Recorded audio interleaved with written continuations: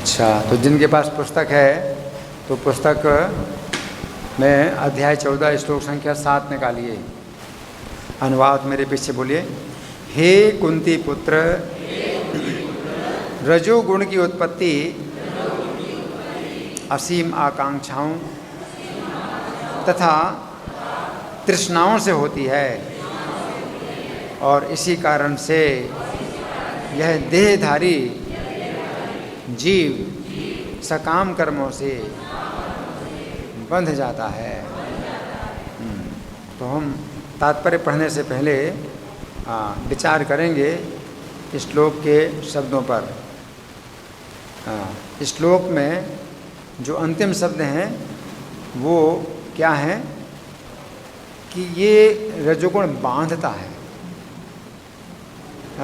तन निबध्नाति। रजोगुण बांधता है ना। किसको बांधता है? देही को बांधता है, देही को बांधता है। देही मतलब देह के अंदर जो जीव है। और किससे बांधता है? देह से बांधता है। देही को देह से बांधता है। रजोगुण ये एक बंधन है, ये बंधन है। और ये बंधन किसको किससे बांधता है? देही को देह से बांधता है ना। देही जीवात्मा, जीवात्मा अविनाशी है और देह है ये नश्वर है, नष्ट होता है। तो अविनाशी जो जीव है ये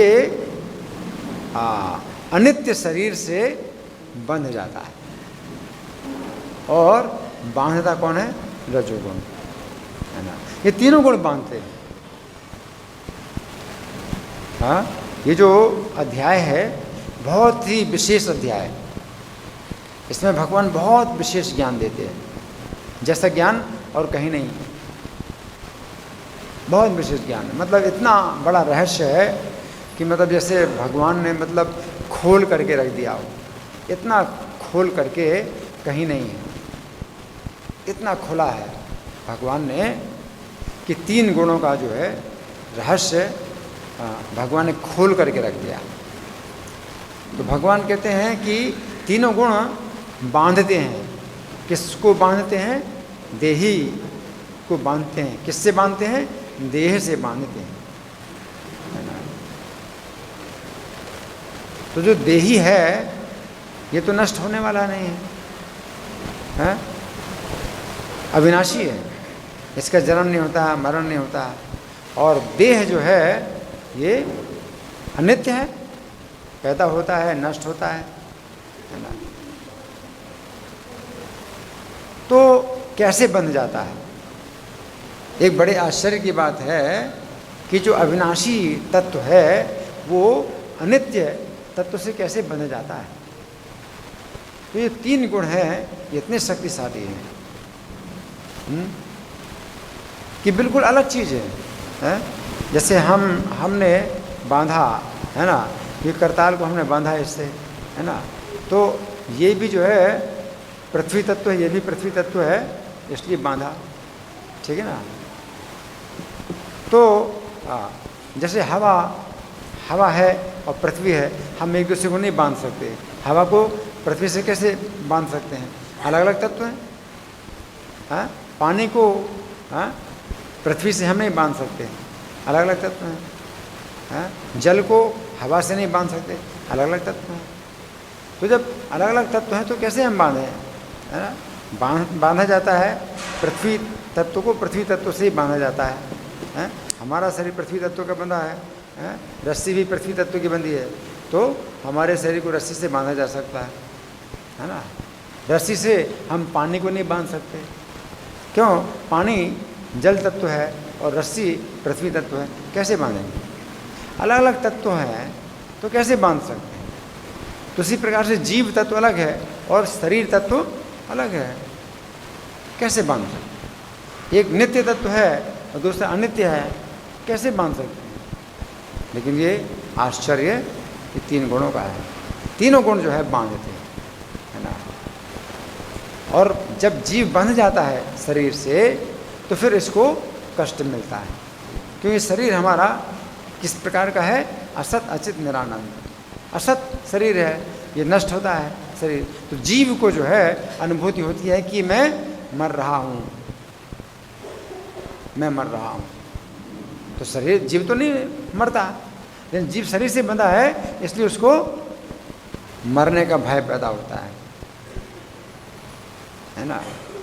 अनित्य है शरीर, जो है असत है, अचित है, शरीर अज्ञान से बना हुआ है, और जो जीव तत्व है ये ज्ञानमय है। लेकिन शरीर से बंधने के कारण अज्ञान, उसके अंदर अज्ञान, सब कुछ भूला हुआ है। हम भगवान को भूले हुए हैं, पिछले जन्म को भी भूले हुए हैं, है ना। और क्या सोच रहे हैं हम? इसी शरीर में हम हमेशा थे, हमेशा रहेंगे, जबकि शरीर कुछ सालों पहले ही ये शरीर बना है। आप किसी दूसरे शरीर में थे, लेकिन आपको बिल्कुल अनुभूति नहीं है पिछले शरीर की, है। और पिछले से भी पिछले शरीर, और उससे भी पहले शरीर, करोड़ों करोड़ों शरीर आप बदल चुके हैं, आपको कुछ भी अनुभूति नहीं है, क्योंकि ये शरीर क्या है? अज्ञान से बना है। अज्ञान में आप क्या सोचते हैं?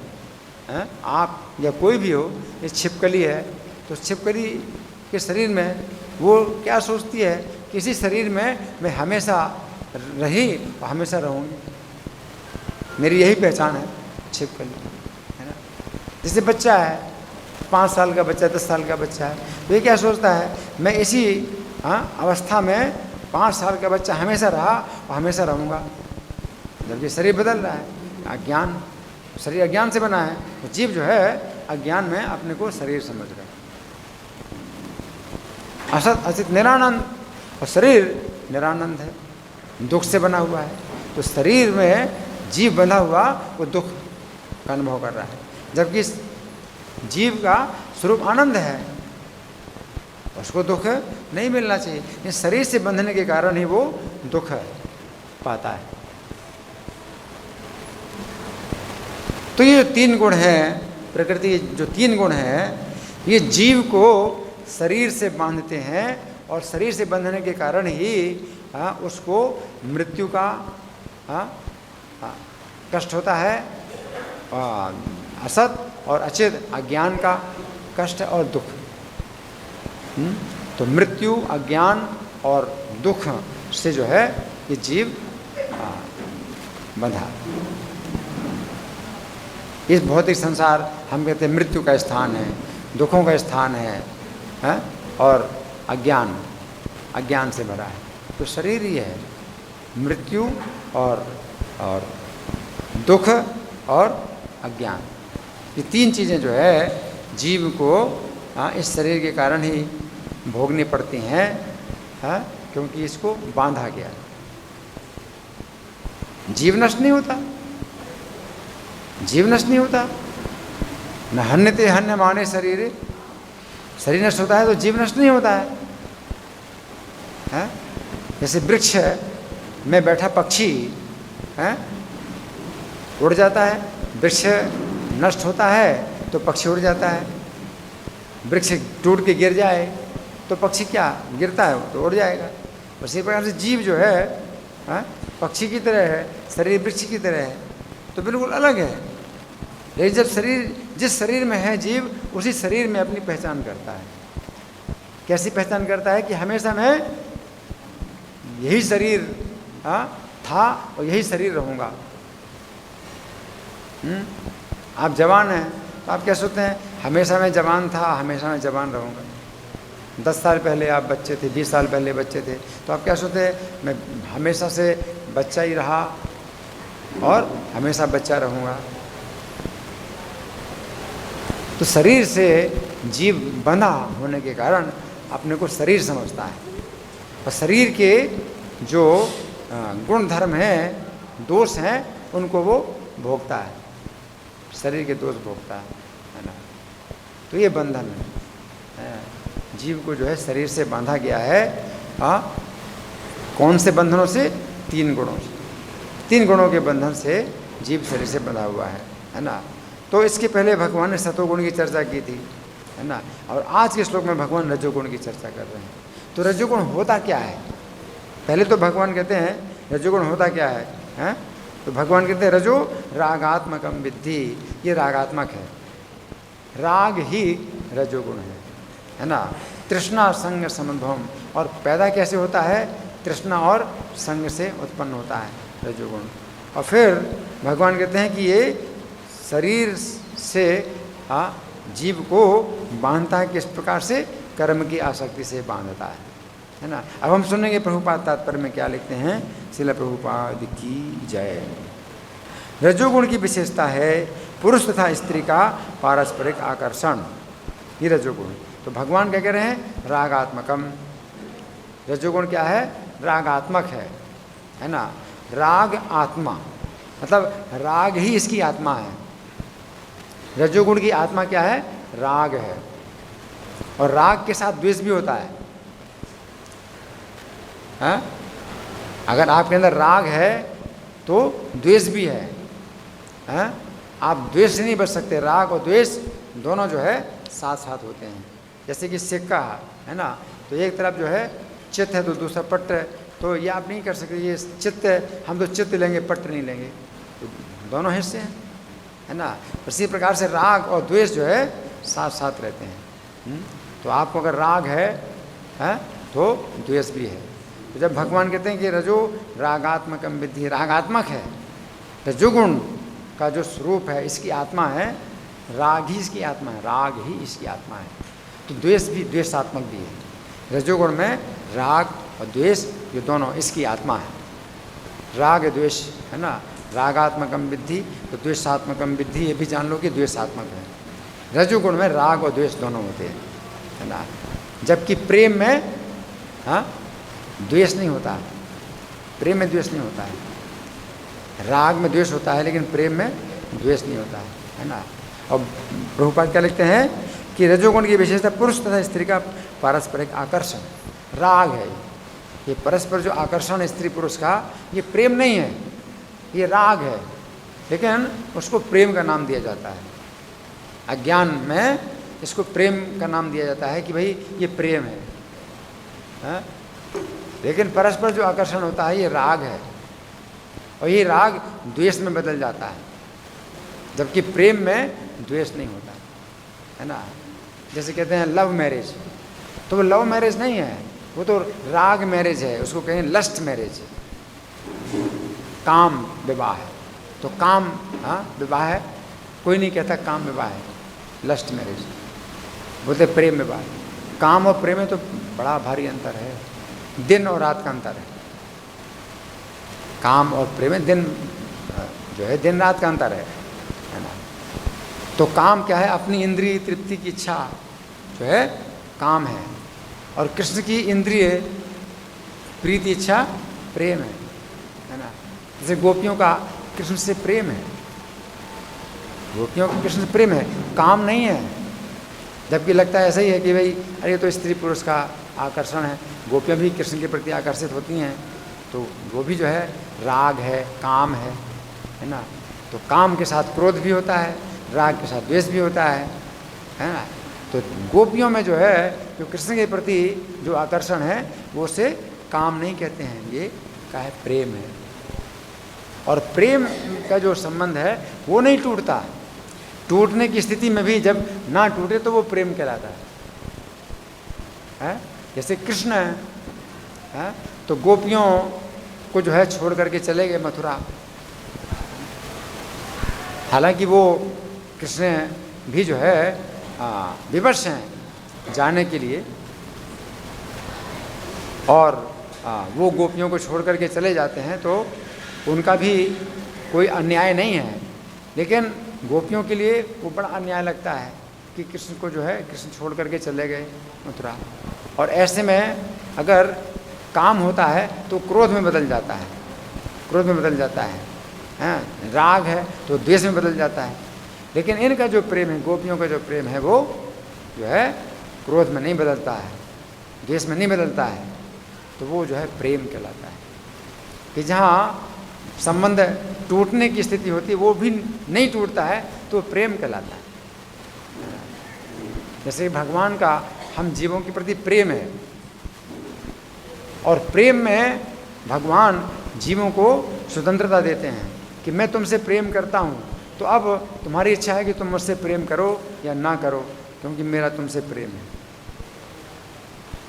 जबकि काम जो लस्ट है, राग है, तो उसमें क्या शर्त होती है कि मैं तुमसे अगर प्रेम करता हूँ तो तुम भी मुझसे प्रेम करो, और नहीं प्रेम करोगे तो मेरा भी संबंध अलग है, मेरा कोई संबंध तुम्हारा से। तो वो जो है काम राग, राग जो है इस प्रकार से होता है। अपनी इंद्रिय तृप्ति की इच्छा ये राग कहलाती है या काम कहलाती है ना। तो भगवान जो है, चूँकि हम जीवन से प्रेम करते हैं और हम जीव जो है स्वतंत्र हैं, भगवान से प्रेम करें या ना करें, तो अपनी स्वतंत्रता का गलत उपयोग करते हैं और हम भगवान के प्रेम को ठुकराते हैं, और हम इस भौतिक संसार में आ जाते हैं। और भगवान हमारे ऊपर फोर्स नहीं करते हैं कि तुम मुझसे प्रेम करो और मेरे पास आओ, और इस प्रकार से हम कष्ट भोग रहे हैं। तो फिर हम भगवान के ऊपर दोष देते हैं कि भगवान ने हमको क्यों छोड़ा, भगवान हमको क्यों आने देते हैं, भगवान हमको अपने पास क्यों नहीं रखते हैं? तो इसका कारण क्या है? प्रेम है, भगवान का प्रेम है। इसलिए वो आपके ऊपर बल प्रयोग नहीं करते हैं। तो प्रेम में ये जो है कमी है, प्रेम का जो है यही एक कमजोरी है, प्रेम में यही कमजोरी होती है। जैसे पिता है, अपने बच्चे से अगर प्रेम करता है और बच्चा पिता को छोड़ के चला जाता है, तो पिता दुखी होता है, लेकिन पिता जो है फोर्स नहीं कर सकता कि तुम मुझसे प्रेम करो, तुम मेरे साथ रहो, मैं तुमसे प्रेम करता हूँ तो तुम भी मुझसे प्रेम करो, है ना। तो ये शर्त नहीं होती, प्रेम में ये शर्त नहीं होती। रजोगुण क्या है? रागात्मक है, रागात्मक है। अपनी इंद्रिय तृप्ति की इच्छा से जो है जब कोई आकर्षण होता है कि इससे मुझे मेरी इंद्रियों को सुख मिलेगा, तो वो जो है राग, रजो रागात्मकम विद्धि, है ना। तो यहाँ प्रभुपाद लिखते हैं कि रजोगुण की विशेषता है पुरुष तथा स्त्री का पारस्परिक आकर्षण, है ना।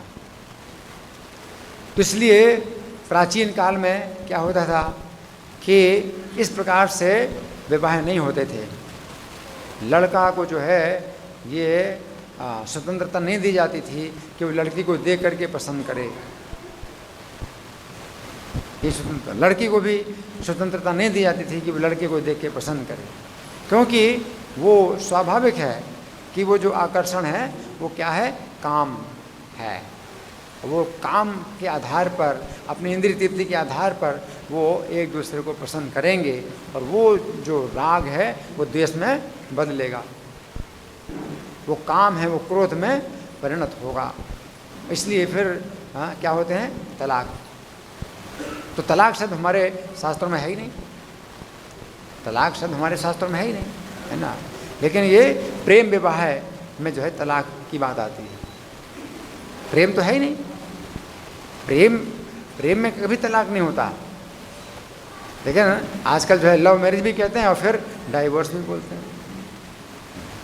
लव में होता ही नहीं डाइवोर्स, लव में डाइवोर्स होता ही नहीं है ना। हर हालत में, हर स्थिति में व्यक्ति जो त्याग करता है, सेवा करता है ना। जैसे हम जीव हैं तो भगवान से हमने जो है मतलब दूरी बना ली, भगवान हमसे दूरी नहीं बना रहे हैं क्योंकि वो प्रेम करते हैं।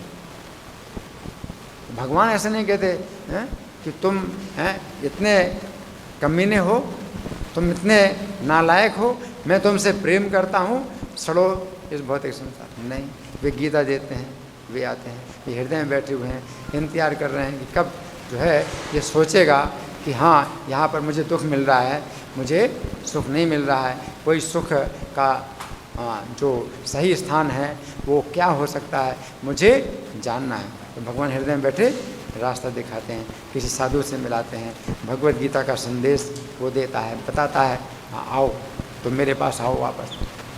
तो भगवान जो है वापस बुलाने के लिए तैयार हैं, उनकी ओर से प्रेम है ना। तो तलाक नहीं है, डाइवोर्स नहीं है, लेकिन जो स्त्री पुरुष का जो आकर्षण है, पारस्परिक आकर्षण, ये रागात्मक है। और रागात्मक में फिर यही होता है कि मैंने तुम्हारे लिए इतना किया और तुम इतना भी नहीं समझते हैं, जाओ नरक में, जाओ भाड़ में है। तो वो जो है परस्पर फिर वो द्वेष में बदल जाता है। द्वेष के कारण जो स्त्री है वो कभी अपने पति को जहर खिला देती है, ये जो पति है वो अपनी स्त्री को मार डालता है, कुछ भी मतलब कुछ भी हो जाता है, कोई भी घटना हो जाए, क्योंकि ये क्या है, रागात्मक है, राग है ना। लेकिन इसका नाम जो है मतलब होता है प्रेम, लव मैरिज, है ना। तो लोगों को पता नहीं है कि क्या है ये रजोगुण, रजोगुण है ये, रागात्मक है ये, है ना। तो भगवान कह रहे हैं रजो रागात्मकम विद्धि, और प्रभुपाद तात्पर्य में लिखते हैं रजोगुण की विशेषता है पुरुष तथा स्त्री का पारस्परिक आकर्षण। स्त्री के प्रति पुरुष स्त्री पुरुष के प्रति और पुरुष स्त्री के प्रति आकर्षित होता है, ये रजोगुण कहलाता है, यही रागात्मक है ना, रजोगुण कहलाता है। आगे, जब इस रजोगुण में वृद्धि हो जाती है तो मनुष्य भौतिक भोग के लिए लालायित होता है। अब यहाँ भौतिक भोग का मतलब भोग की सामग्री।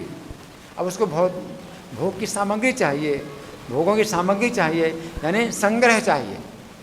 अब उसको जो है इकट्ठा करना है, बहुत चीज़ें इकट्ठी करनी है ना। जब व्यक्ति स्त्री के बिना है और अपनी, तो उसकी सीमित आवश्यकताएं, थोड़ी आवश्यकताओं में वो जो है काम चला लेता है, उससे कोई ज़रूरत नहीं है बहुत जो है ठाट बाट करने की कोई आवश्यकता नहीं है। उसका सादा जीवन जो है, कुछ ज़मीन मिल गई सोने के लिए, कुछ मिल गया रूखा सूखा खाने के लिए, तो काम चल जाता है उसका। लेकिन जहाँ स्त्री होती है तो फिर क्या होता है, प्रभुपाद लिखते हैं कि रजोगुण में वृद्धि हो जाती है तो मनुष्य भौतिक भोग के लिए लालायित होता है। अब भोग चाहिए उसको, अब भोग चाहिए मतलब समाज चाहिए, प्रतिष्ठा चाहिए, मैत्री चाहिए, बहुत से जो है संबंध चाहिए, अपना सम्मान चाहिए, अपनी प्रतिष्ठा चाहिए, ये लाभ चाहिए, वो भी लाभ चाहिए, जिसे कहते हैं भोग। भौतिक भोग के लिए लालायित होता है, वो इंद्रिय तृप्ति चाहता है। इस इंद्रिय तृप्ति के लिए वो रजोगुणी मनुष्य समाज में या राष्ट्र में सम्मान चाहता है। तो इंद्रिय तृप्ति की अब सीमित नहीं है उसकी इंद्रिय तृप्ति, थोड़ी जो है इस शरीर में ही सीमित नहीं है, बल्कि उसकी इंद्रिय तृप्ति अब जो है उसकी बुद्धि में, मन में, इंद्रियों में, सब जगह जो है मतलब प्रविष्ट हो गई है ना। तो इसलिए वो उसको कि विस्तार, इंद्रिय तृप्ति का विस्तार अब क्या हो गया उसका, कि वो समाज में, राष्ट्र में सम्मान चाहता है और सुंदर संतान, स्त्री तथा घर सहित सुखी परिवार चाहता है। ये सब रजोगुण के प्रतिफल हैं। जब तक मनुष्य इनकी लालसा करता रहता है तब तक उसे कठिन श्रम करना पड़ता है। अब उसको बहुत परिश्रम होने लगा है ना, अब उसके पास समय नहीं है और बहुत से काम, उसको कहते हैं चिंताम अपरिमेयाम च प्रलयांताम उपाश्रिता, अनेक प्रकार की चिंताओं में जो है फंस जाता है, ये भी करना, वो भी करना, घर का भी है, व्यापार का भी काम है, परिवार की भी देखभाल करना, ये करना, वो करना, हजारों चिंताएं, चिंताओं में फंस जाता है ना। तो यहाँ प्रभुपाद कहते हैं ये सब रजोगुण के प्रतिफल हैं। जब तक मनुष्य इनकी लालसा करता रहता है तब तक उसे कठिन श्रम करना पड़ता है। अतः यहाँ पर ये स्पष्ट कहा गया है कि मनुष्य अपने कर्म फलों से संबद्ध होकर ऐसे कर्मों से बंध जाता है। अब उसके जो है कर्म वो जो है होने लगते हैं, रजोगुण में उसके कर्म बनते हैं। कर्म कैसे बनते हैं, शुभ कर्म बनते हैं, अशुभ कर्म बनते हैं, दोनों बंधनकारी, शुभ और अशुभ दोनों कर्म उसके बंधनकारी हैं। शुभ कर्म करता है उसमें भी उसकी जो भावना है वो इंद्रिय तृप्ति की होती है, कि इंद्रिय तृप्ति के लिए वो शुभ कर्म करता है। वो सोचता है इस शुभ कर्म करने से मुझे अगले जीवन में भी इंद्रिय तृप्ति मिलेगी, तो इस जीवन में अगर वो कुछ त्याग भी करता है, कुछ तपस्या भी करता है, तो भी वो रजोगुणी त्याग, रजोगुणी तपस्या होती है, क्योंकि केंद्र उसका क्या है, इंद्रिय तृप्ति ही है कि आगे चल करके मुझे इंद्रिय तृप्ति प्राप्त होगी। तो वो सब जो है इंद्रिय तृप्ति को केंद्र बना करके ही उसके जो शुभ कर्म होते हैं तो वो भी उसको बांधते हैं, वो भी उसको बांध देते हैं। सतोगुण में व्यक्ति जो है शुभ कर्म करता है, तो वो शुभ कर्म जो उसके होते हैं सतोगुण में, तो वो इस भावना से करता है कि इससे मेरा कल्याण हो, मेरी सुरक्षा हो, मैं बंधन से छूटूं। सतोगुण में मेरा क्या कर्तव्य है जो मुझे करना चाहिए, कार्यमित्येव यत् कर्म नित्यम कृत्य अर्जुन, मुझे करना चाहिए इसलिए मैं कर रहा हूँ, मुझे ये करना चाहिए। सतोगुण में व्यक्ति जो है वो सोचता है कि जो पहले से निश्चित है मेरे लिए कि मुझे ये करना है, मुझे करना चाहिए, तो मैं वही कर्म करूँ। इंद्रिय तृप्ति का भाव नहीं है सतोगुण में, तो वो कर्म से नहीं बनता है, कर्म से छूटता है। लेकिन रजोगुण में अगर वो अच्छे कर्म भी करता है तो उसमें भी उसकी इंद्रिय तृप्ति की भावना होती है कि भाई अगले जीवन में मुझे कुछ मिलेगा या तुरंत मिले, इस जीवन में मिले। तो उसके कर्म होते हैं और विकर्म होते हैं, दोनों प्रकार के। कर्म का मतलब शुभ कर्म और विकर्म का मतलब अशुभ कर्म। पाप कर्म भी करता है, मुझे तुरंत कुछ इंद्रिय तृप्ति चाहिए तो शास्त्रों के विरुद्ध भी वो कर्म करता है ना। अर्जुन ने पूछा भी कि अनिच्छिन्नपि वार्ष्णे बलादेव नियोजित अथ केन प्रयुक्तोऽयं पापम चरति पुरुषः, कि कई बार व्यक्ति जो है पाप कर्म करता है, लेकिन वो करना नहीं चाहता, पाप कर्म नहीं करना चाहता, लेकिन बलपूर्वक जैसे उसको लगाया जा रहा हो ऐसे वो पाप कर्म करता है। अर्जुन ने प्रश्न किया, तो बड़ा जो है गहरा प्रश्न है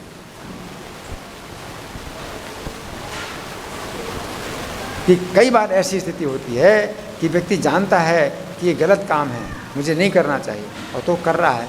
क्यों कर रहा है? जबकि सोचता है कि मुझे नहीं करना चाहिए, बलपूर्वक जैसे कोई लगा रहा हो वो कर रहा है। क्यों कर रहा है?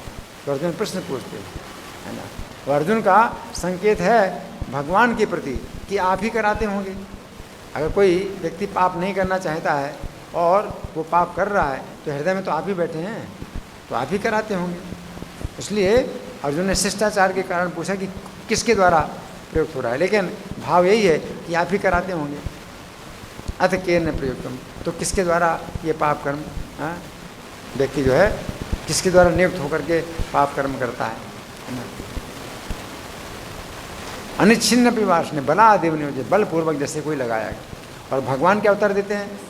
भगवान तुरंत उत्तर देते हैं, क्योंकि वे तो नहीं पाप कर्म कराते हैं, भगवान तो पाप कर्म नहीं कराते हैं। भगवान तो सुहृदम सर्वभूतानाम, सब प्राणियों के सुहृद हैं, तो भगवान हृदय में बैठे हुए किसी को पाप कर्म में नहीं लगाते हैं, वो तो सुहृद हैं, है ना। तो फिर पाप कर्म में कौन लगाता है? तो भगवान कहते हैं काम एस क्रोध एस रजोगुण समन्वय, रजोगुण से उत्पन्न काम और ये क्रोध ही है, इसी को तुम शत्रु जान। तो भगवान चूँकि हमारे मित्र हैं इसलिए हमें शत्रु की पहचान कराते हैं कि ये शत्रु है, इसको जान। लेकिन जो काम को शत्रु नहीं मानते हैं, तो काम भोग, कामोपभोग परमा, काम भोग के परायण होते हैं, काम को अपना मित्र मानते हैं, काम परायण है, काम की आश्रित होते हैं।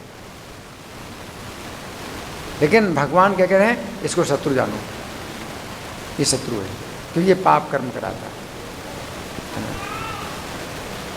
तो भगवान ही हमारे मित्र हैं, और जो असली मित्र है तो वही हमारे शत्रु की पहचान कराता है कि ये तुम्हारा शत्रु है। क्यों? मित्र का काम ही है, मित्र का यही कार्य है। जो आपका मित्र होता है, असली मित्र होता है, वो आपके शत्रु की पहचान कराता है कि ये आपका शत्रु है, इसको शत्रु जानो, है ना। तो भगवान चूँकि हमारे मित्र हैं, वे शत्रु की पहचान कराते हैं। विध्येनम, यही इसी को ही शत्रु जानो, और हृदय में ये भी है। इसलिए हृदय में कहीं भी आवाज़ आए, आपके हृदय में आवाज़ आती है और आप वो काम करते हैं तो वो गलत काम भी हो जाता है। इसलिए आप हृदय की आवाज़ से कभी भी नहीं समझना कि भगवान की आवाज़ है। कि आपके हृदय में जब तक काम शत्रु है, जीवित है, वो नष्ट नहीं हुआ है, तब तक हृदय से जो आवाज़ आ रही है वो भगवान की आवाज़ है या शत्रु, काम शत्रु की आवाज़ है, कैसे आपको पता कि किसकी आवाज़ है। इसलिए हम क्या कहते हैं, शास्त्र साधु आचार्य इनकी बात मानो। शास्त्र साधु आचार्य के आधार पर जब तीनों एक ही दिशा में है, तीनों की सम्मति हो, शास्त्र की भी सम्मति है, साधु की सम्मति है, शास्त्र की भी, आचार्य की भी सम्मति है, तीनों की सम्मति जब हो एक ही दिशा में, तो वो कार्य निश्चित है कि भाई ये करना है। अपने अंदर की आवाज़ से काम नहीं करना कि मेरे अंदर आवाज़ आई इसलिए मैं ये काम कर रहा हूँ। तो किसी व्यक्ति के अंदर आवाज़ आई तो उसने जो है किसी की हत्या कर दी है, तो उससे पूछा गया भी तुमने क्यों हत्या, मेरे अंदर से आवाज़ आई तो मैंने हत्या कर दी। तो लोग सोचते हैं भाई अंदर से आवाज़ आती तो भगवान की आवाज़ होगी, भगवान ही तो अंदर बैठे हैं सबके। लेकिन अंदर क्या है, काम शत्रु है, और वही काम शत्रु 6 रूप में रहता है, काम क्रोध लोभ मोह मद मत्सर। तो कभी काम शत्रु बोलता है, कभी लोभ शत्रु, कभी क्रोध शत्रु की आवाज़ आती है आपके अंदर से, और आप वो काम करते हैं तो वो पाप कर्म होता है, तो अंदर ही है। तो हम कैसे माने कि भगवान हृदय में भगवान बोल रहे हैं। भगवान की आवाज़ को जो है वो मिला करके, मिली हुई आवाज़ आ रही है, कई बार मिली आवाज़ आती है तो फ़ोन में आप कान में लगाते हैं फ़ोन और कई लोगों की आवाज़ आ रही है, तो कैसे समझेंगे कि कौन बोल रहा है। तो इसी प्रकार से ये नहीं है कि भाई अंदर से आवाज़ आई तो हम जो है वो काम करेंगे, हमारे अंदर से आवाज़ आ रही है,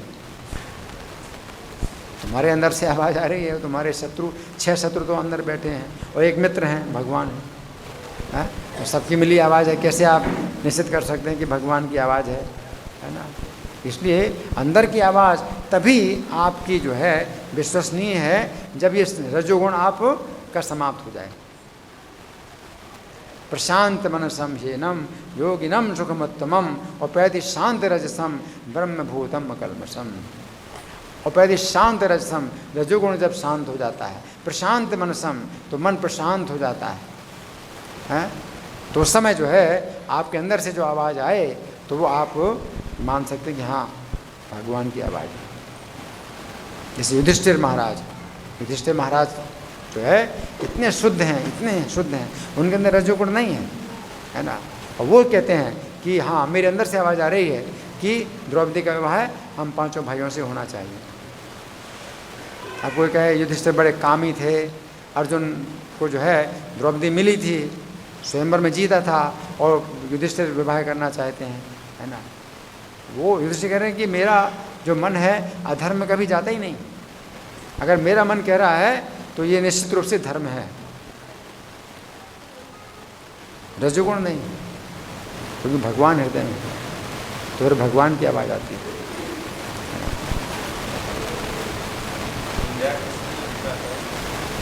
तो इस तरह से जो है मतलब जब तक आपके हृदय में रजोगुण है, रजोगुण का प्रभाव है, तब तक आप विश्वास ना करें कि अंदर की जो आवाज़ है वो भगवान की आवाज़ है, वो नहीं है।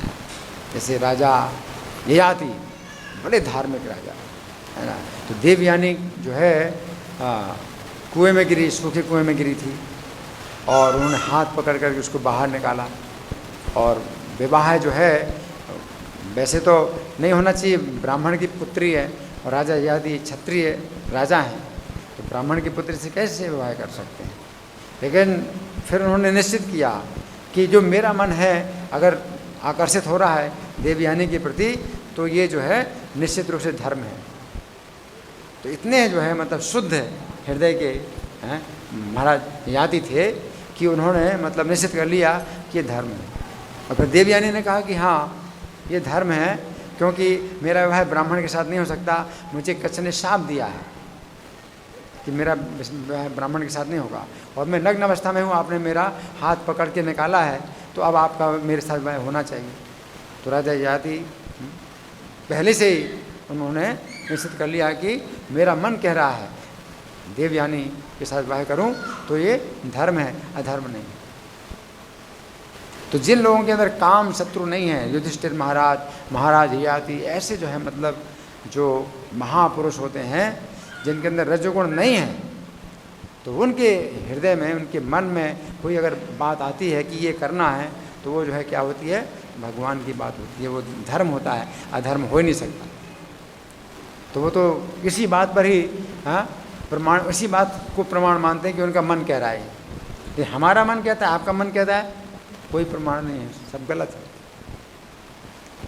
मन पर विश्वास नहीं करना, क्योंकि काम शत्रु जो है इंद्रियाणि मनोबुद्धि, इंद्रियों में, मन में और बुद्धि में निवास करता है ना। इसको मारो, इसलिए भगवान कहते हैं मारो इसको, जय शत्रु महाबाहो काम रूपम दुराशतम। इस शत्रु को मारो, और जब शत्रु मर जाएगा, इंद्रियों में नहीं रहेगा, तो आपकी इंद्रियां जहाँ लगेंगी वो धर्म ही होगा। आपका मन जहाँ जाएगा, जो चाहेगा वो धर्म ही होगा। तो ये अध्ययन जो है, भगवत गीता का जो अध्ययन है, वो इस प्रकार से हमें करना है। तो यहाँ पर तात्पर्य, प्रभुपाद को जो तात्पर्य है, ये भी पूरा नहीं हुआ। अच्छा, तो प्रभुपाद का तात्पर्य हमने कहाँ तक पढ़ा है? हाँ, अतः यहाँ पर ये स्पष्ट कहा गया है कि मनुष्य अपने कर्म फलों से संबद्ध होकर ऐसे कर्मों से बंध जाता है। अपनी स्त्री, पुत्रों तथा समाज को प्रसन्न करने तथा अपनी प्रतिष्ठा बनाए रखने के लिए मनुष्य को कर्म करना होता है ना। तो ये मतलब उसके अंदर भावना होती है, ये मेरी स्त्री है, ये मेरा घर है, ये मेरा पुत्र है, ये मेरा परिवार है, ये मेरा है ना। और जो तेरा है तो वो मेरा नहीं है, ये मेरा है, ये तेरा है ना। तो उसमें राग और द्वेष होता है ना। मैं भारतीय हूँ और तू जो है भारतीय नहीं है, तो मैं तुझसे द्वेष करूँगा, या मैं बिहारी हूँ, तू पंजाबी है, तो द्वेष का कारण क्या होता है? मैं बिहारी हूँ, तू पंजाबी है ना। द्वेष का कारण ये होता है ना। तो ये सब जो द्वेष है, राग और द्वेष, तो अपने पक्ष के लोगों में राग होता है और विपक्ष के लोगों में द्वेष होता है। तो ये सब जो है कारण इसी चीज़ का होता है। और इस कारण से वो व्यक्ति, रूपा लिखते हैं कि अपनी प्रतिष्ठा बनाए रखने के लिए मनुष्य को कर्म करना होता है। उस प्रतिष्ठा के लिए भी उसको जो है कितने गलत काम करने पड़े तो करता है, उसको प्रतिष्ठा चाहिए, है ना। अपनी स्त्री को खुश करने के लिए कितने गलत काम करना है तो उसको करता है ना। उसका काम कितना बढ़ जाता है ना। जैसे विदेशों में इतना जो टेक्नोलॉजी कितनी आगे बढ़ गई, विदेशों में टेक्नोलॉजी कितनी आगे बढ़ गई, ये सब चीज़ें खोजी हैं, सब चीज़ें क्या क्या चीज़ खोज रही है, इंद्रिय तृप्ति की कितनी सुविधाएं खोजी हैं। इसका कारण क्या है? यही है रजोगुण।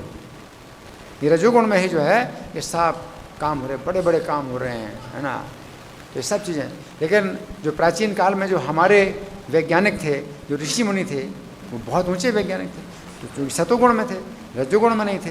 तो उन्होंने खोजा कैसे कि उन्हें इस शरीर को छोड़ करके कहाँ जाना है, कौन सी गति प्राप्त करना है, उसमें उन्होंने रिसर्च की कि हमको ये भौतिक संसार को छोड़ करके जाना है, ये शरीर तो नित्य है। रजोगुण में व्यक्ति शरीर को नित्य मानता है, तो इसी में जो है मतलब मुझे भोगना है, इंद्रिय तृप्ति करना है, तो कितनी खोजें हो रही हैं। अब तो हमें जो है इन चीज़ों को कृष्ण की सेवा में लगाते हैं, तो ये बहुत बड़ा लाभ है। टेक्नोलॉजी को अगर कृष्ण की सेवा में लगाओ तो बहुत बड़ा लाभ है, और नहीं तो इंद्रिय तृप्ति में लगाओ तो नरक। तो टेक्नोलॉजी तो ये जो है बहुत फास्ट सर्विस है।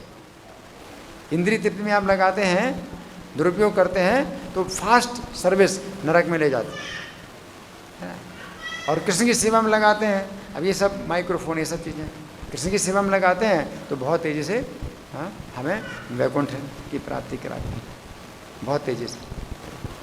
लेकिन ये जो टेक्नोलॉजी जो का विकास हुआ है, ये सब इसी कारण से, रजोगुण के कारण है, रजोगुण के कारण, है ना। स्त्री पुरुष का जब संबंध होता है तो उसी में ही व्यक्ति फिर बड़े बड़े भवन बनाता है, बड़े बड़े बाजार बनते हैं, बड़े बड़े मॉल बनते हैं, और कितनी चीज़ें जो है, कितने कलर के कपड़े हैं, कितने क्वालिटी के कपड़े हैं, कितने चीज़ें जो है, कॉस्मेटिक्स क्या होता है, कॉस्मेटिक्स है ना, सब चीज़ें, श्रृंगार की चीज़ें, ये चीज़ें, वो चीज़ें, वैरायटी वैरायटी वैरायटी, कितनी वैरायटी है, कोई अंत ही नहीं है। ये सब चीज़ें जो है रजोगुण के कारण है। लेकिन जो महात्मा है, महात्मानस तो माम बाढ़ देवीं प्रकृति माश्रिता भजन तेनन्य मनसो ज्ञात्वा भूतादिम अभ्यम। तो दैवी प्रकृति के आश्रित हैं, रजोगुणी प्रकृति के आश्रित नहीं है, दैवी प्रकृति के आश्रित हैं, तो मेरा अनन्य भजन करते हैं। ज्ञात्वा माम भूतादिम अभ्यम, मुझको मानते हैं कि सब प्राणियों का आदि मैं हूँ, वहाँ से आए, जहाँ से हम लोग आए हैं, है ना, तो वो कृष्ण हैं, सब प्राणियों के आदि हैं और अविनाशी भी हैं। वो जो है ज्यों के त्यों हैं, मतलब वो समाप्त नहीं हुए। तो वो जो है दैवी प्रकृति में जो है आप कृष्ण को समझ सकते हैं कि कृष्ण ऐसे हैं। रजोगुणी में भी, रजोगुणी प्रकृति में भी व्यक्ति क्या सोचता है कि हाँ ठीक है, भगवान से सृष्टि हुई थी और भगवान से जब सृष्टि हुई तो फिर भगवान नहीं रहे, अब हम सब लोग भगवान बन गए। अब भगवान थोड़ी रहे, अब हम लोग भगवान बन गए। भगवान से सृष्टि बनी तो भगवान कहाँ रहे, अब तो हम लोग भगवान हैं। रजोगुणी जो दैवी प्रकृति में है वो जान सकता है भगवान से इतनी सृष्टि हुई है कि भगवान अभी भी ज्यों के त्यों हैं, आदिम अभ्यम, वो आदि हैं सबके, हैं। जैसे बीज है, बीज से पेड़ बना, अब बीज थोड़ी रहा, बीज ही वृक्ष बन गया, अब बीज कहाँ रहा। वैसे भगवान भी जो है मतलब आदि हैं, तो उनसे जब सृष्टि हुई तो भगवान कहाँ रहे। तो ऐसी जो बुद्धि, ऐसा जो दिमाग है, ये रजोगुण के कारण। अब खत्म है, भगवान खत्म है, अब तो जो है ये टेक्नोलॉजी का समय आ गया है। तो भगवान को क्या पता, भगवान को थोड़ी ये सब टेक्नोलॉजी पता है। तो टेक्नोलॉजी तो हमारी है, भगवान की क्या। ये भगवान की टेक्नोलॉजी वैकुंठ में कैसी टेक्नोलॉजी है भगवान की, है तो आप लोग समझ नहीं सकते। और वो जो टेक्नोलॉजी है वो सबसे प्रारंभ में भी थी और हमेशा रही, अविनाशी है। उनकी टेक्नोलॉजी अविनाशी है, हमें वहाँ पर जाना है, वहाँ पर सुख है, यहाँ सुख नहीं है। रजोगुणी व्यक्ति क्या सोचता है, यहाँ सुख है, भगवान में क्या सुख है। भगवान तो आउटडेटेड हो चुके हैं। अब तो जो है वो पुराना ज़माना था, लोग भगवान को मानते थे, है ना, उनको ये सब सुख पता ही नहीं थे, आज की टेक्नोलॉजी पता ही नहीं थी, तो लोग भगवान को मानते। अब आज की टेक्नोलॉजी आ गई, अब भगवान की क्या ज़रूरत है, हम तो भगवान से ऊपर उठ गए। भगवान क्या जाने हैं इन सब चीज़ों को। ये तो पिछड़े लोग हैं जो भजन करते हैं भगवान का, क्योंकि उनको सब इतनी शिक्षा मिली नहीं। हम टेक्नोलॉजी का इस्तेमाल करते हैं, अब भगवान का भजन क्यों करेंगे। ये सब पिछड़े लोग हैं भगवान का भजन करने वाले। रजोगुण में ये होता है। यहाँ प्रभुपाद लिखते हैं अतएव सारा संसार ही न्यूनाधिक रूप से रजोगुणी है इस समय, रजोगुण, है ना। आगे प्रभुपाद लिखते हैं आधुनिक सभ्यता में रजोगुण का मानदंड ऊंचा है। आधुनिक सभ्यता में रजोगुण का मानदंड ऊंचा है। रजोगुण का मानदंड ऊंचा है मतलब क्या है, वो लोग यही देखते हैं भाई कौन महापुरुष है, कौन जो है सफल है जीवन में। अरे जिसने अच्छा मकान बनाया है, अच्छी पत्नी है, अच्छी कार है, अच्छा ये सब, वो सफल, उसको जीवन में सफलता मिली। और मरने के बाद जाएगा नरक में, कुत्ता बनेगा, सड़ेगा, नाली का कीड़ा बनेगा। उनको कुछ पता ही नहीं। जीवन की सफलता इसी को मानते हैं कि बस अच्छी शिक्षा मिले, अच्छी जो है पत्नी मिले, अच्छा मकान मिले और नौकर चाकर मिलें और कार मिले, जीवन की सफलता ही है। तो ये बहुत जीवन की सफलता है, बहुत बड़ी। भारत के प्रधानमंत्री बन गए, बड़ी जीवन की सफलता मिल गई, है ना। तो आजकल प्रभुपाद लिखते हैं कि रजोगुण का मानदंड ऊंचा है, और प्राचीन काल में सतोगुण को उच्च अवस्था माना जाता था। प्राचीन काल में सतोगुण कि भाई कौन कितना त्यागी है? कोई जो है मतलब साधु हैं, महात्मा हैं, तो वो जो है कुटिया में रहते हैं, भजन करते हैं, उनको कुछ भी आवश्यकता नहीं है, अपना जो है सामान्य खाते हैं, फल लेते हैं या सब्जी लेते हैं, उनका जो है कुछ भी ज़्यादा आवश्यकताएं नहीं है, चटाई में बैठ करके भजन करते हैं। तो ये महात्मा, तो बड़े बड़े राजा लोग भी जाते थे, उन महात्मा के पैर छूते थे, कुछ संदेश प्राप्त करते थे, कुछ शिक्षा प्राप्त करते थे। तो बड़े बड़े राजा लोग भी अपना जीवन सफल नहीं मानते थे, हम बहुत बड़े राजा बन गए, उन महात्माओं को जो है मानते थे, ये हैं मतलब असली महाराज, ये हैं। राजा तो हम हैं, लेकिन ये है महाराज। तो सतोगुण का मानदंड ऊंचा था उस समय।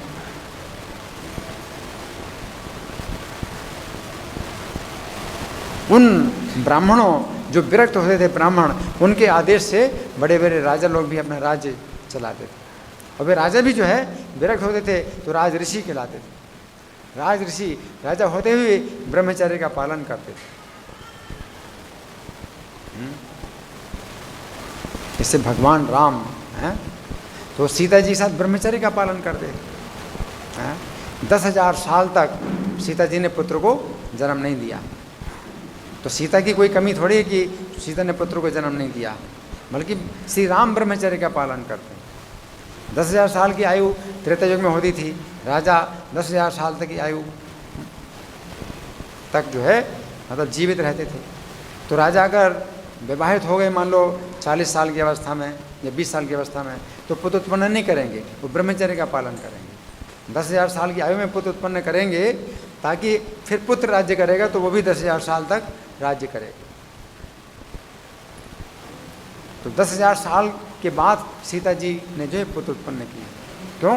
क्योंकि ब्रह्मचर्य का पालन करते। राजा भी ऋषि होते थे।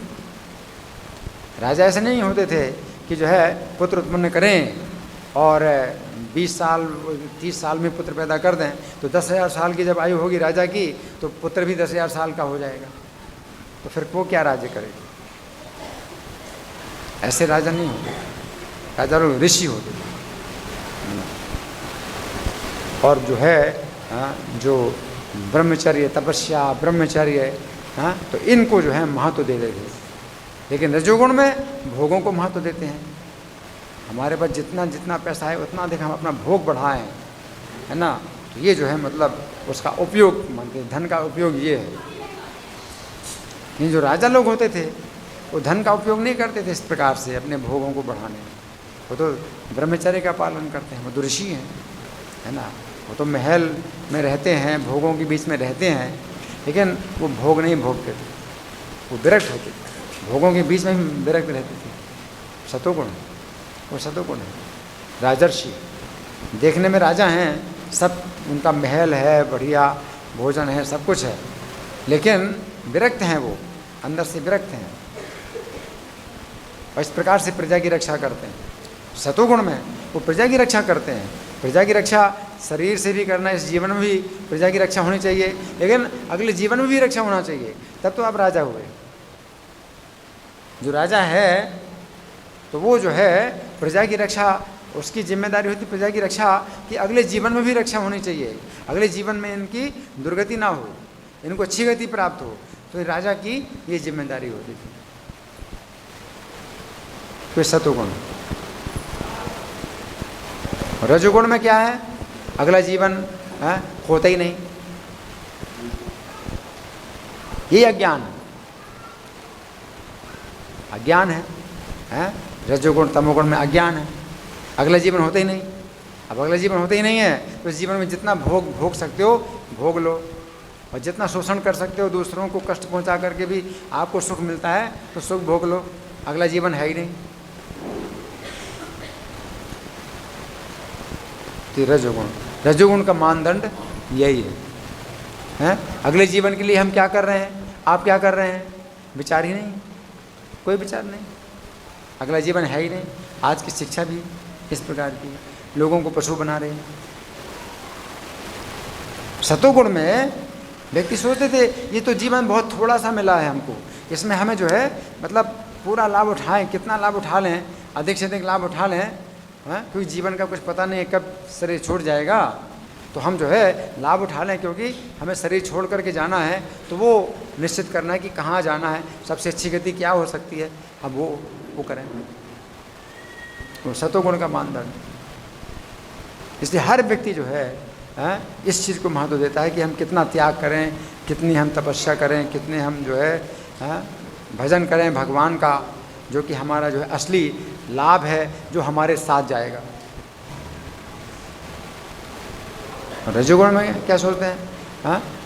अगर सोचते भी हैं कि भाई मरना है तो मरना है तो मर जाएंगे, कुछ साथ में तो जाएगा नहीं, तो जितना भोगना है भोग लो, तो फिर तो हमारे साथ जाएगा नहीं कुछ, तो भोग लो, जितना बढ़िया मकान हो, ये घर, ये इंद्रिय तृप्ति, जितना है भोगना भोग लो, तो फिर तो मरना ही है। सतोगुण में व्यक्ति जानता है क्या साथ जाएगा और क्या साथ नहीं जाएगा, तो जो साथ नहीं जाएगा तो उसके उसी चक्कर में क्यों अपना समय खराब करें, और जो साथ जाएगा, भगवान का नाम साथ जाएगा, तो हरे कृष्णा जाप कर लो, जितना कर लो ये आपके साथ जाएगा, ये अपने असली बैंक बैलेंस है उसको जो है बढ़ाओ, अधिक से अधिक बढ़ाओ। तो सतोगुण में व्यक्ति सोचता है कि क्या साथ जाएगा क्या साथ नहीं जाएगा। रजोगुण में अगर सोचता भी है कि मरना है तो कुछ साथ नहीं जाएगा।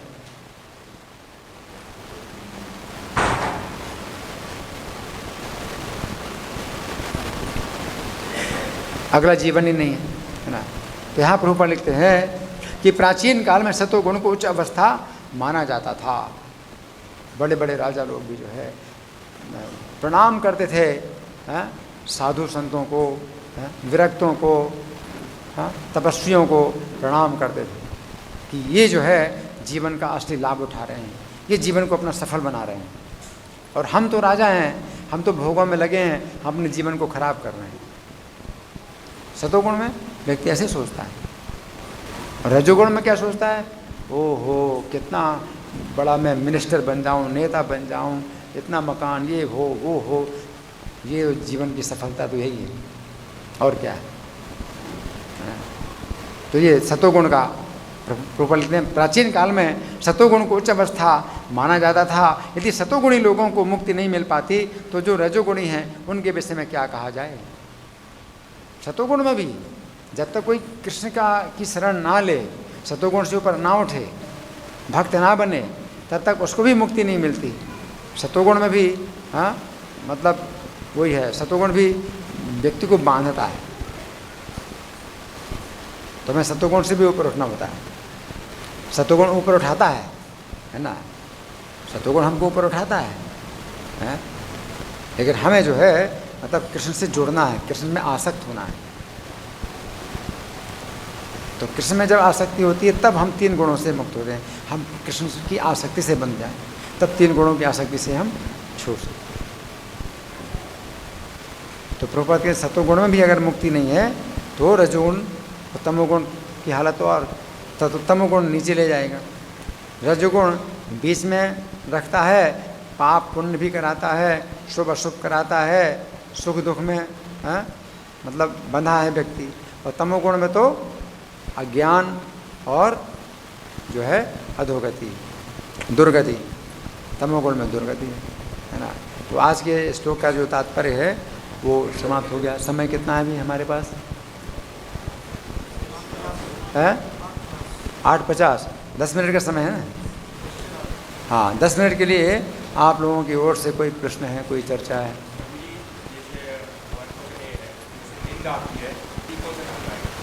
इनका प्रश्न है कि हमें नींद आती है, ये कौन सा गुण माना जाएगा? देखिए, जब नींद आती है तो इसका एक कारण ये भी हो सकता है कि आपने ठीक से विश्राम नहीं किया। अगर आप क्लास में आए हैं और आपकी सुनने की इच्छा है, ये नींद बाधा डाल रही, तो इसका कारण ये भी हो सकता है कि आपने ठीक से विश्राम नहीं किया। और दूसरा कारण ये भी हो सकता है कि आपको नींद नहीं आती है क्योंकि तनाव है, आपके दिमाग में बहुत तनाव है, रजोगुण का तनाव है, नींद नहीं आती है। और क्लास में नींद आ रही है, क्यों? क्योंकि रजोगुण का तनाव दूर हो गया। तो ये नींद आना ये अच्छा लक्षण है। अगर आप नींद नहीं आती आपको तो आपको मानसिक बीमारी भी हो जाएगी, मानसिक रोग भी होते हैं अगर नींद नहीं आती। तो क्लास में नींद आती है या नाम जप में नींद आती है तो एक बहुत अच्छा एक ये लक्षण भी है कि आपको नींद की गोली खाने की ज़रूरत नहीं है, ये आपको सुलाता है। क्योंकि आपके जो है अगर मन में तनाव के कारण नींद नहीं आती है तो जो है नाम अगर आपको सुलाता है तो ये आपके जो है स्वास्थ्य के लिए लाभदायक है। क्लास में अगर नींद आती है तो अच्छा है ये आपके स्वास्थ्य के लिए, लेकिन नुकसान क्या है कि आपको जो है कथा नहीं मिल पा रही, आपको जो है ज्ञान नहीं मिल पा रहा है, तो इसमें नुकसान भी है। तो कोशिश यही करना चाहिए कि हम इसके पहले जितना अधिक हो सके आप विश्राम कर लो। अगर नींद आती है तो आप खड़े हो जाओ, नींद आती है ना, तो इसका जो है एक अच्छा परिणाम ये है कि अगर आप पढ़ते हैं, किताब पढ़ते हैं, आपको नींद आ रही है ना। तो कई भक्त जो है विदेशों में इस प्रकार से भी किताबें बेचते हैं कि एक व्यक्ति था जो कि बहुत बुरी हालत, उसकी चेहरा एकदम उसका जो है खराब चेहरा बना हुआ था, है ना। तो एक भक्त जो किताब बेच रहा था सड़क में, तो उसने पूछा कि श्रीमान जी आपको क्या तकलीफ़ है? बोला मैं 15 दिन से सोया नहीं हूँ, बहुत परेशान, मैं सोया नहीं 15 दिन से। तो उसने किताब दी, बोले कि आप जो है 5 मिनट पढ़ेंगे और आधा घंटे की नींद आएगी। 5 मिनट किताब पढ़ेंगे तो आधा घंटे नींद आएगी, है ना। तो उसने लिया किताब। तो ये जो है जो ग्रंथ हैं, हरिनाम है, ये बहुत रक्षा करते हैं कि आपको सुलाते हैं, है ना। लेकिन साथ साथ ये भी है कि आपको जो है अगर क्लास में नींद आती है तो कोशिश करो कि नींद ना आए, तो आप जो है खड़े हो जाएं या कुछ मतलब उपाय करें इस तरह से कि नींद ना आए, ठीक है। और कोई? हाँ जी।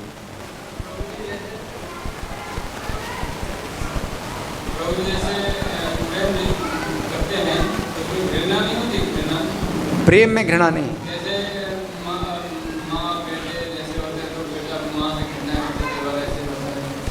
प्रेम में घृणा नहीं। जैसे माता का भी जो प्रेम है तो वो प्रेम जो है उस समय के लिए वो प्रेम की अवस्था होती है जब बच्चा बिल्कुल नवजात है।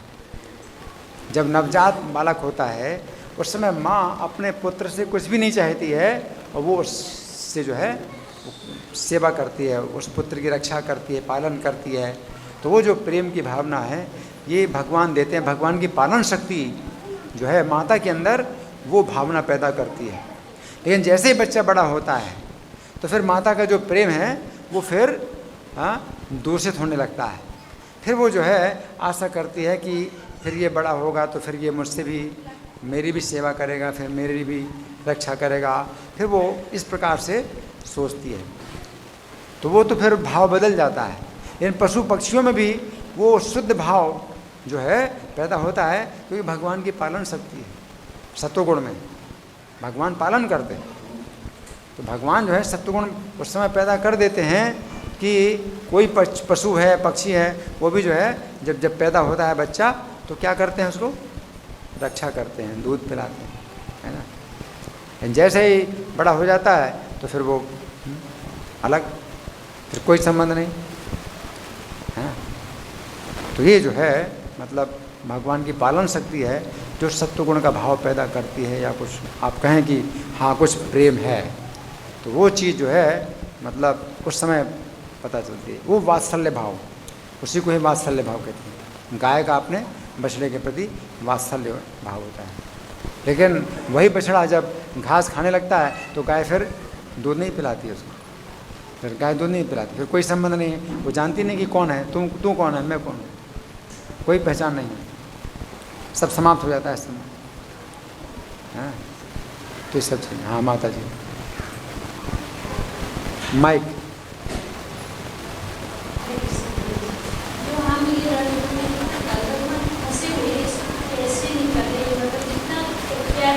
कैसे निकले हैं? हाँ कैसे निकले हैं, कैसे निकले हैं? इसी के लिए ये कृष्ण भावनामृत आंदोलन, इसके जितने भी नियम बताए गए हैं, जितने भी कार्यक्रम बताए गए हैं, ये सब इसीलिए कि हम जो है तमोगुण रजोगुण से ऊपर उठें सत्वगुण में। सत्वगुण में हमें ऊपर उठने का मौका मिलता है। सत्वगुण जो है ऊपर उठाता है। तो सत्वगुण में आने के लिए सवेरे का कार्यक्रम है, मंगल आरती का कार्यक्रम है, माला पर जप करना है, और ये सुनना है ना, भक्तों की संगति करना है, 4 नियमों का पालन करना, ये काम नहीं करना। तो ये सब के सब कार्यक्रम जो है किस लिए हैं? सत्वगुण में आने के लिए। ठीक है ना? सब कार्यक्रम, जितने भी कार्यक्रम हैं, आप हमेशा लगे रहो। खाली समय है तो फालतू की बातें ना करो, हैं? आप हरे कृष्ण का जाप करो, और अगर बातें कुछ होती हैं तो बातों को मोड़ दो और कृष्ण की चर्चा में लेके आओ। तो ये सब जो है जितने भी कार्यक्रम होते हैं हमारे, ये हमें अपनी रक्षा करने हैं कि रजोगुण से हमें रक्षा करनी है। तो हमें भक्तों की संगति करना है, सवेरे का कार्यक्रम करना है, माला पर जाप करना है।